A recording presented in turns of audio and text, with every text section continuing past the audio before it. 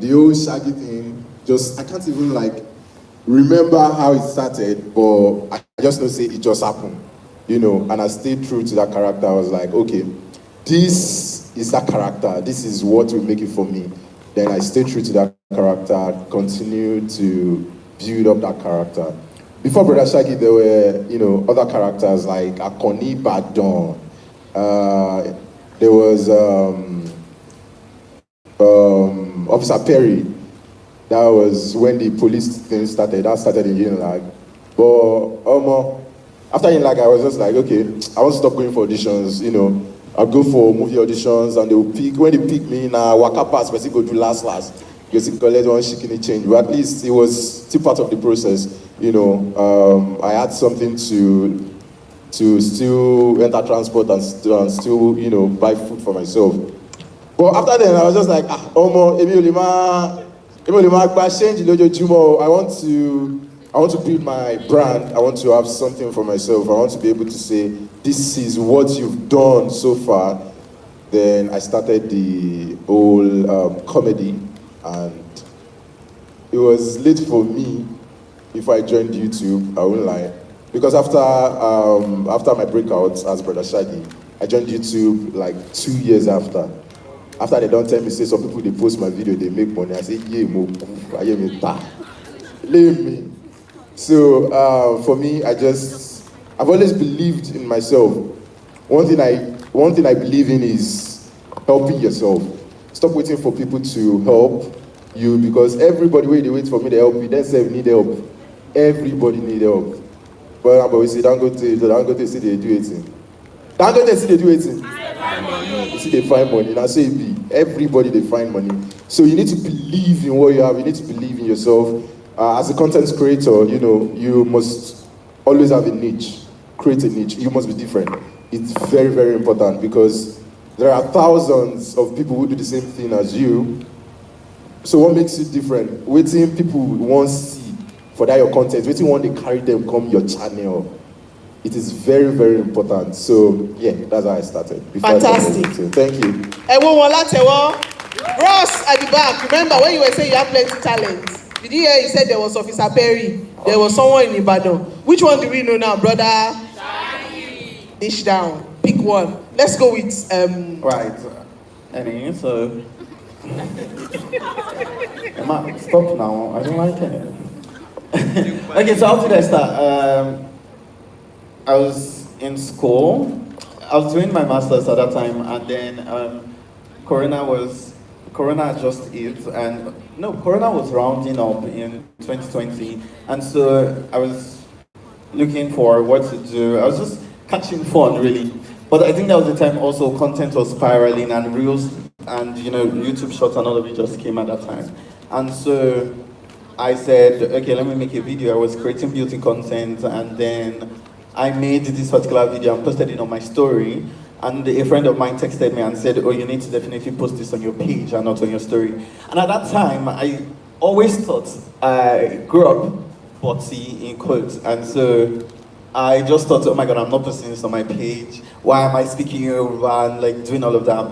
And I remember making the video that morning, the next morning, because I posted it on my story the night. And I remember making a fresh video the next morning, and I was so scared to post it on my page because I was like, oh my God, people are going to see me in a different perspective and light. And I put off my phone when I posted it and went into class. And by the time I came out, I just saw notifications and just spiraled from there, literally. I think that's it. But that was my first lip gloss video. To be honest, my first lip gloss video went viral. So I have so many characters, but I know that at that point it was something different and fresh. Nobody had seen that. So that's how I started, really. Fantastic. You see what I like? Anybody. Did you see that? He literally decided to put on lip gloss. Poor boy. I'm sure that's why you switch off your phone. You were like, poor? I mean, you get what I'm saying? But yeah, look at how that has morphed into a whole brand. Right. Just from that one video. Okay. Starting being different, being a niche. Okay, I just want to add something also. And again, there's the elementary level of things, primary level of things you must do. We studied the same thing in university, by the way, but we didn't go to the same university. And I know that sort of sparks your, your mind. Creativity. Yes, your creativity as well. And so even if it's not what you're studying, you need to keep watching, stay relevant and stay current with what other people are doing as well. And it sort of sparks your creativity. So it's not like, oh my God, I was just like playing and having fun. I said, okay, this has the possibility of becoming viral as well. So let me try it as well. And that's what happened. Yeah. Fantastic. Round of applause for Annie. You have to do something different. You have to have a niche. My sweet Olori Ebi, let's go with you. Sister. So I studied microbiology, which is far from anything media related, but I knew I had that love for media. And I mean, it's now that this content creation of a thing is even really hitting and making waves. Back then, it was like, what exactly is your problem? Must you carry your phone? Must you take a picture of the food? Must you snap your outfit before you go out?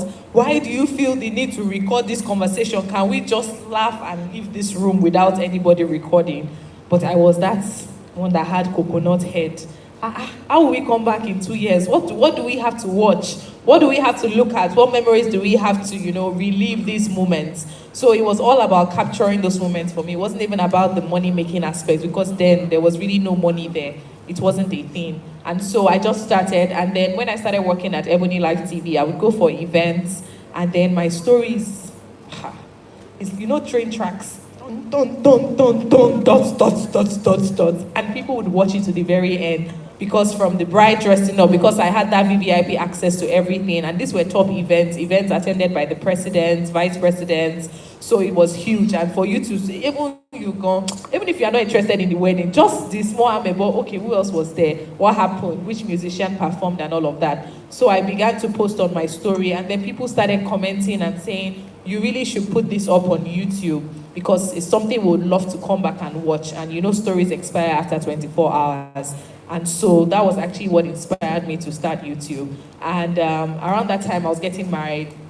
And so I decided to, use my wedding as content, because I loved watching them Kardashians, because it was just interesting following someone's life. And it's very crazy, because it's like, so what else did they say? So what else did they do? So what's Chloe telling Kim? So what's Courtney doing? So are they pregnant? Blah, blah, blah. And I don't have money like Kardashians to have a cameraman be following. Oh, I have money now. I mean, look at my cameraman.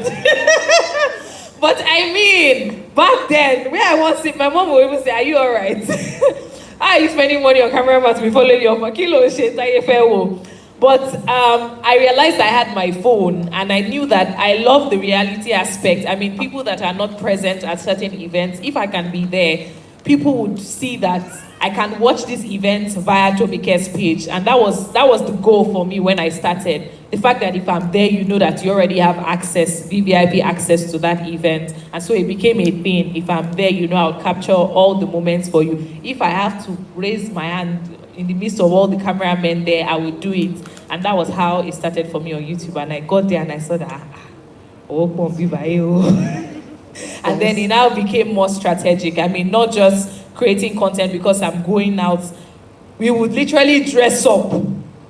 Not that we have anywhere to go, but that we want to film. But it becomes rewarding when brands start reaching out. But I want you to know that it wasn't always rewarding at the beginning. But it was rewarding for me because I enjoyed it and I loved it. So, but knowing now that there's money there, I mean, it's something you should persevere if you've started already. I mean, the end is always good. Fantastic. So you guys, 3 different celebrities, 3 different influencers, 3 different great people who've done it their own different ways. It wasn't always easy, and they're going to tell us now about overcoming the challenges. But I want you to see that every single person stayed through. You see those things we spoke about, consistency, riding it out, getting your own niche. They stayed through to it, and look at them today. They are entering this bodyguard. It can be you, if it be you. Consistency, yeah? So let's talk about the challenges. We know it was never always rosy, I know. So let's talk about some of the challenges you had to overcome. Let's be as granular as possible. What are some things that you face? So I'll start with Shaggy, go to Eni, and then Tobike. One thing you need to know about content creation is challenges. They will always come up. You can never, ever do without them. They will always come up. So for me, when I started, I used to record on my Android phone. I would shoot the video, I would edit after, I remember when there was a time when we had finished shooting, and when we got home, I couldn't find the clips anymore. It was crazy for me. Like, I don't even say I won't go outside again.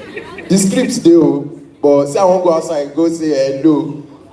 I just went to bed. That day I slept all through. The next day I tried to make that video. I wasn't feeling myself while I was shooting. I was just like, I've done this thing yesterday, doing it again. I just forgot about it and wrote another script. So challenges will always come up, no matter the field you are in, no matter who you are. Sometimes it's not even about money. Do you get what I mean? It's not about money. Something like few days ago, I was supposed to have a shoot. I was supposed to shoot 2 skits in a day. We hardly finished one because of the rain. Like, the rain didn't stop.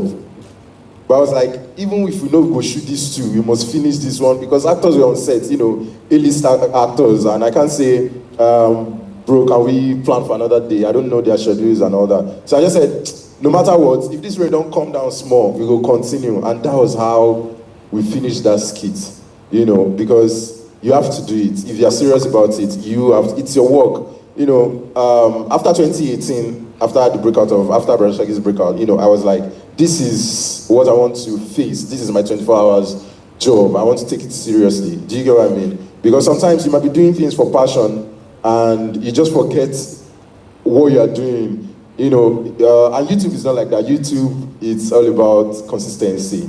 You have to be consistent, because their creators are coming out every day. If you think you're the best creator and you just post one video and leave it for, you can just come back one day, you can just post a video, you just see 500 views. It's that serious. So you have to be consistent. So challenge is not normal thing. When it comes, make sure you face it. Don't give up. Thank you. All right. I really don't know so much about challenges because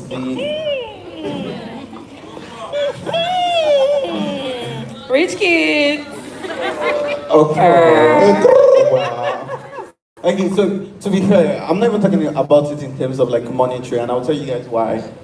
Most times when people talk about challenges with content creation, they say money, but I think that has changed a lot, because to be honest, you guys think about it. You want to make a lip gloss video, how much is lip gloss really? Like, all I had to do was sit on a table and, go with your lip gloss. I think when, in the continuation of it, maybe money became a factor, but then you're already earning now. So money wasn't a challenge, not because I had so much money, but because the content did not necessarily need money. And I know so many people whose content don't need money. Aderonke, Omoba, that does the Layi Wasabi's content doesn't need money. Like, so many people's content don't need money anymore. So, and again, I always say, like, in terms of content creators now, it's the overthinking that makes you think that you have to be so perfect. Please, give Eni a very big round of applause. Do you hear? Overthinking. Yeah, and to be honest, I think it's a fear that every human being has, not just in content, because you're overthinking it and you're thinking, oh my God, my fashion transition doesn't look like Enioluwa's own, but you don't remember that when Enioluwa started, it wasn't wearing David Wedge or like, changing to the big brands you're seeing now. But what I say for challenge is the being able to persevere as consistency. Yes. And I think that's what builds it every time. And I tell people, like, content creation is so easy. There are things that you would do that can make you easily come out. And so I say, in particular, one is, if you wear the same outfit multiple times, people are most likely going to know you.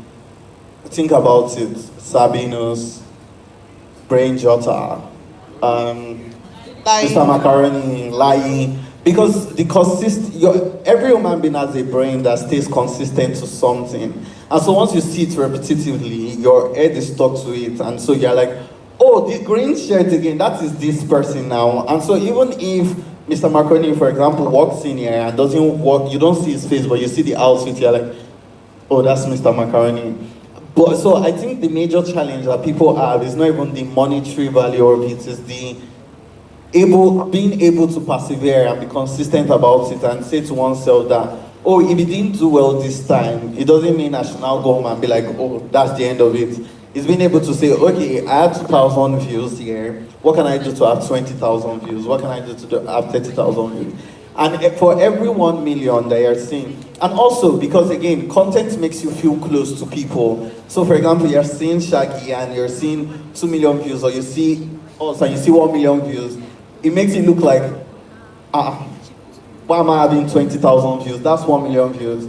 But a lot of creators have, in fact, I always say it that creators outside the country don't have as many views as we do, but they earn almost times 2 of what we earn. Times 2K. Hey, what you better? Exactly. And they don't have the numbers. And so even brands now, when they're looking for creators, they now call nano creators and there's one name, UGC and micro creators, where everybody now creates and then they pay you a certain amount of money. And so you start to put that money back into your content. Well, so I say that I don't think money is the major challenge when it comes to content creation. It's being able to persevere and be consistent at it. And what I tell everybody is that if you want to just act consistency, tell yourself that it is a job. If I was a banker and I had to go to the bank every day, they would give me numbers to bring in. I won't bring in 2 when they say I should bring in 10, and I'll say, okay, I'm giving up. No, I know my salary depends on it.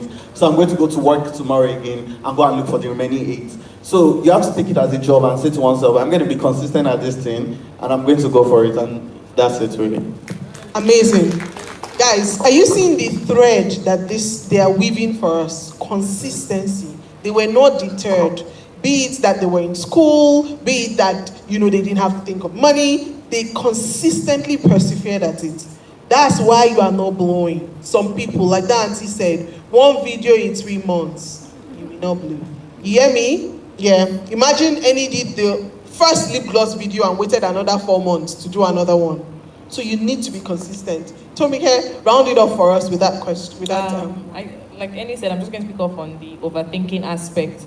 And I feel like overthinking comes at a stage when you're becoming successful and you see that the spotlight is on you and brands are coming and you really start overthinking because you don't want to jeopardize this community that you've built. You don't want to create content that is not up to that standard. And any talking just was a reminder for me. I have like 3 shows that I've written on paper and nobody has even heard about it. Why? Because I keep every morning, I'm like, okay, I just feel like this is not good enough. I just feel like it's good in a way because it also keeps you on your toes. But when it starts limiting you, I think you need to just break off from it, which is what I'm going to try to do as well. Because what I thought of when Annie mentioned it was, this thing that I'm even overthinking. When I started, what was I even posting? If I was posting low quality videos and people were watching, and I built a community with that, why now that I now have this community, am I thinking, oh, it might not be good enough, or I need to add this and add that and add this and add that? So just in case you are in a space whereby you're overthinking that content, put it out. Funny thing about content is the ones that you least expect that even do so well. I had this video that I posted, was it 2 days ago, something about Lion, my daughter's school day. Funny thing was, that video on another platform, one of our competitors, it's like that video had the highest comments, of all my videos on that particular platform. And I did not even set out to make that video. But just from the love of me always documenting, especially when it comes to my children, if something is happening, I'm making a video. At times I'm on a call with my friend and I just see it's interesting. I make a video so I can go back and rewatch it or maybe post on my story. And it was the day when she wore that clothes and my husband just said, Nike lion be this one, no? Like this is not what we plan for our child, though. And he just said it in the living room that they're like, Ekiti Lion. This is an entire story on its own. What are you about to say? Well, let me video. I'll take it in. And so I now went back and started looking for all the videos that I made the day before and 2 days before, just gathering clips, and decided to add voiceover on it. And that video actually blew up. Like, a lot of people went, even I watched it 10 times and I was laughing all over again. So at times it might be the ones you don't even think of. If I was overthinking it, so I said, okay, I need to get a cameraman, I need to get sound, lighting. Even you, when you're watching it, you be like, you don't overpackage. Like, it takes the fun out of it at times. So just do it, even if it's not structured. And that's the beauty of voiceover that people are exploring nowadays. Voiceover is like, it can just be me dressing up and I say an entirely different thing from what you are watching. And that just cracks you up. So even if you think, oh, what you are watching is not so interesting, add voiceover. That's how we enter. As I tie that gele that day, the woman just they look me. Before you know it, the video is funny. What were you doing? Nothing. You were dressing up or you were tying your gele. Voiceover can switch up any video, and that's one.